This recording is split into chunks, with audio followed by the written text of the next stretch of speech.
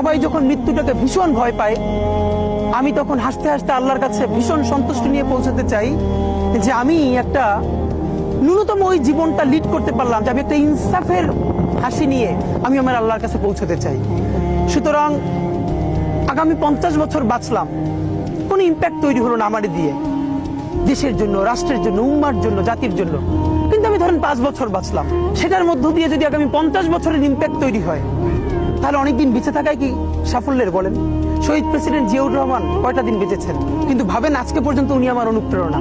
হাঁটতে হাঁটতে আমার পা ফুলে যায়। আমি, আমার টিম সেদিনকে ব্যাগের মধ্যে জুতো নিয়ে তারপরে একটা শপিং মলে ঘুরছিলাম, মানে পা ফুলে গেছে, পা জুতোয় ঢুকাতে পারছিলাম না। তো জিয়াউর রহমানের একটা ওনার গল্প মনে পড়ছিল, যিনি মাইলকে মাইল যখন হাঁটতেন ওনার সাথে স্টাফদের পা ফুলে যেত, কিন্তু ওনার তো আর্মি ট্রেনিং আছে। তখন তাকে বলতো, স্যার আপনার তো আর্মি ট্রেনিং, আমরা তো আর পারি না।